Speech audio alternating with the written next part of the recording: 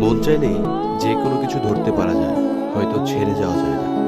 ছেড়ে যাওয়ার নিজস্ব একটা ব্যথা আছে। ব্যথা ছাড়ানোর সেই মলম আবার কেউ মাইকিং করে বিক্রি করে না।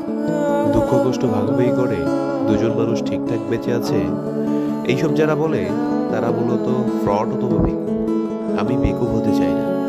আমি তোমাকে একটা ছিমছাম আয়না কিনে দেওয়ার কথা বলি। আমার কথা বিশ্বাস করো তুমি। কিছুক্ষণ চোখ বন্ধ করে আরাম লাগে এমন কোনো স্বপ্ন দেখো। আমি একদিন তোমার শান্ত চোখের স্বপ্ন নিয়ে পালাবো, যেহেতু আমি তোমাকে না, তোমার সাথে থাকার দিনগুলোকে ভালোবাসতাম। তুমি একদিন আয়না কিনতে গেলে আমায় ঘেরা করবে, যেহেতু তুমি আমাকে না, আমার বানিয়ে বলা গল্পগুলোকে ভালোবাসতে। আমরা দুজনেই ফ্রড, দুজনেই বেকুব।